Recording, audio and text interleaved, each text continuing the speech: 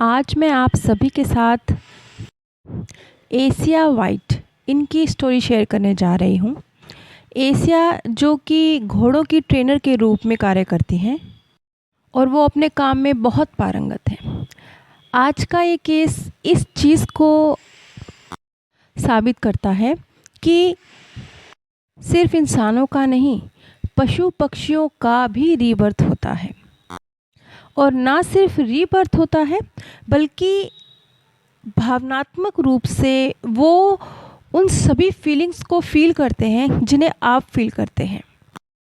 वैसे इस बात को कहना तो मुश्किल है, ये कोई प्रूव बात नहीं है जो मैं कह रही हूँ, लेकिन मैं सिर्फ एक अपने मन का मेरे ऐसी फीलिंग है कि ये भी संभव है कि शायद जानवरों को अपना पास्ट बर्थ भी याद रहता हो। कुछ प्रतिशत कुछ घटनाएं शायद उन्हें मनुष्यों से अधिक उनके पास्ट बर्थ से वो कनेक्टेड हो। इस बात की भी काफ़ी हद तक संभावना हो सकती है। जो लोग पशु पक्षियों से बहुत प्रेम करते हैं, उनके बहुत करीब हैं, वो लोग इस बात को समझते हैं कि पशु पक्षियों के पास भी ज़बान होती है और वो अपनी भाव भंगिमाओं के ज़रिए अपने मन के भावों को, विचारों को अपने मालिक तक, अपने प्रेम करने वाले तक पहुंचा सकते हैं। इसी तरह का कुछ एशिया का भी किस्सा था। एशिया के पास एक घोड़ा जो कि आज से 6 साल पहले उसके पास आया था और उस वक्त वो घोड़ा 3 महीने का बहुत दुबला पतला कमज़ोर था घोड़ा था। और इससे भी ज़्यादा खूबसूरत बात एशिया बताती है कि जैसे कि उन्हें जानवरों से बहुत गहरा लगाव था, बहुत प्रेम था।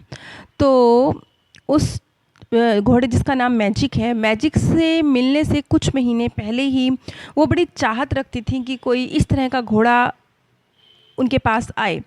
तो ऐसे ही एक दिन वो परमात्मा से प्रेयर कर रही थी कि एक प्यारा सा घोड़ा जैसा मैं चाहती हूँ मेरे पास कब आएगा प्रभु। मैं चाहती हूँ कि मेरी लाइफ में एक इस तरह का प्यारा सा घोड़ा आए। तो जैसे बस मन से ही एक बहुत स्ट्रॉन्ग फीलिंग थी कि बस बहुत जल्दी वो आने वाला है, इस तरह की एक फीलिंग थी उनके मन में। और इसके बहुत जल्दी बाद आज से 6 साल पहले उनकी लाइफ में मैजिक आया। मैजिक उनके घोड़े का नाम है। मैजिक का और एशिया का रिश्ता आपस में बहुत ख़ास था और मतलब वैसे तो वो सभी जानवरों से प्रेम करती थी, लेकिन मैजिक के मामले में कुछ ख़ास था। मैजिक सबसे अलग था। उनको ऐसे लगता था जैसे वो मैजिक की बातें समझ सकती हैं और क्योंकि वो बहुत प्रेम करती थी जानवरों से, तो उन्हें ऐसा लगता था जैसे जब भी वो मैजिक पे गुस्सा करती थी, कभी मैजिक से नाराज़ हो जाया करती थी, कभी मैजिक को मारा भी करती थी, तो उस वक्त उन्हें ऐसे लगता था जैसे बस मैजिक, बाकी घोड़ों से ऐसी फीलिंग नहीं आती थी, लेकिन मैजिक जैसे कह रहा है कि मैं बहुत शर्मिंदा हूँ, मुझे माफ़ कर दो, मुझे माफ़ कर दो। बस उनको ऐसी फीलिंग आती थी। बहुत अपनी भाव भंगिमाओं से मैजिक ऐसा प्रदर्शित किया करता था। और ये 2006 की बात है। एशिया बताती हैं कि जैसे मैजिक वैसे तो शुरुआती अपने 3-4 साल तक मैजिक ठीक ही था, सब कुछ बहुत सामान्य था, आपस में हमारा बहुत प्रेम था।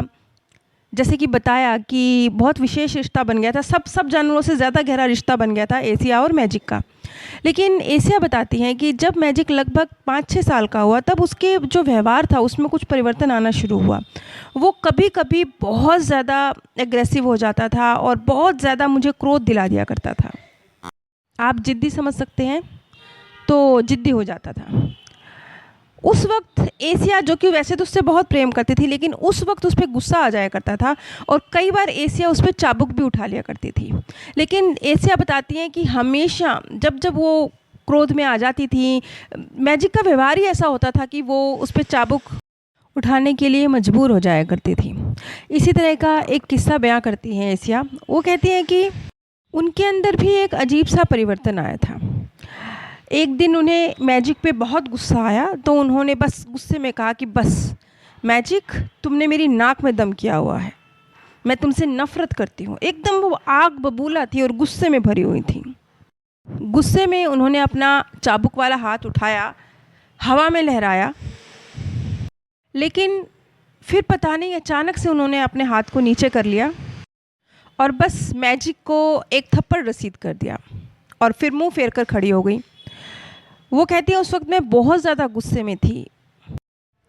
और फिर जब उन्होंने मैजिक की तरफ मुड़ के देखा, तो जैसे मैजिक की जो बिल्कुल निर्दोष आँखें थीं, उनमें आँसू भरे हुए थे। जबकि एशिया ने उसे मारा ही नहीं था, चाबुक सिर्फ़ दिखाया था, मारा नहीं था। लेकिन फिर भी मैजिक की आँखों में आँसू थे। बस उस वक़्त एशिया का जो गुस्सा था वो पछतावे में बदल गया और बस फिर उन्हें खुद पे ही गुस्सा आया कि मैं क्या कर रही थी? मैं एक मासूम से जानवर के ऊपर अपना चाबुक उठा रही थी, खुद पे ही गुस्सा था एशिया को। तो एशिया और मैजिक के बीच का जो रिश्ता था वो बहुत ही अजीबो-गरीब था। कभी एक्सट्रीम प्यार, कभी एक्सट्रीम गुस्सा, कभी वो बहुत ज़्यादा ज़िद्दी हो जा रहा है, कभी वो बहुत ज़्यादा शर्मिंदा है, कभी वो बहुत ज़्यादा प्यार दिखा रहा है, कभी वो बिल्कुल कहना नहीं मान रहा है। एशिया और मैजिक के बीच का जो ये अजीबो-गरीब रिश्ता है, इसकी जड़ें हैं एशिया के और मैजिक के पूर्व जन्म में। अब ये रिश्ता किस तरह से खुल के सामने आया? एक बार एशिया और एशिया की ही तरह एक उन्हीं की कलीग भी हैं और उनकी बहुत परम मित्र हैं, मैरी। उनके साथ वो एक नदी में सैर के लिए गईं, नाव में सैर के लिए गईं अपनी सहेली के साथ।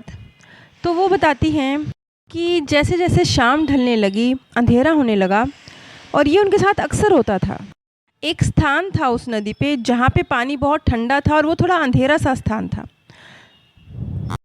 ये एक ऐसी जगह थी जहाँ आकर नदी का ये वो हिस्सा था जहाँ आकर हमेशा एशिया का मन घबराने लगता था, डरने लगता था।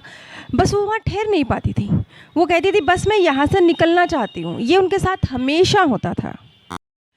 वो अपने इस व्यवहार से भी परेशान थी कि स्पेसिफ़िकली नदी का एक ऐसा इलाका कि जहाँ थोड़ी शांति है, पानी थोड़ा अधिक ठंडा है, उथला पानी है, वहाँ जाके उनको घबराहट क्यों होती है? वो वहाँ से भागने की कोशिश क्यों करती हैं? वहाँ जाकर उनका मन भारी क्यों होने लगता है? अब ये सारे जो एशिया के जीवन के और मैजिक के जीवन के भी, दोनों के जीवन के रहस्य हैं, ये कैसे दोनों पूर्व जन्मों से एक दूसरे से अटैच हैं और क्यों उस नदी पर जाकर एशिया के अंदर इतनी ज़्यादा उथल-पुथल होती है।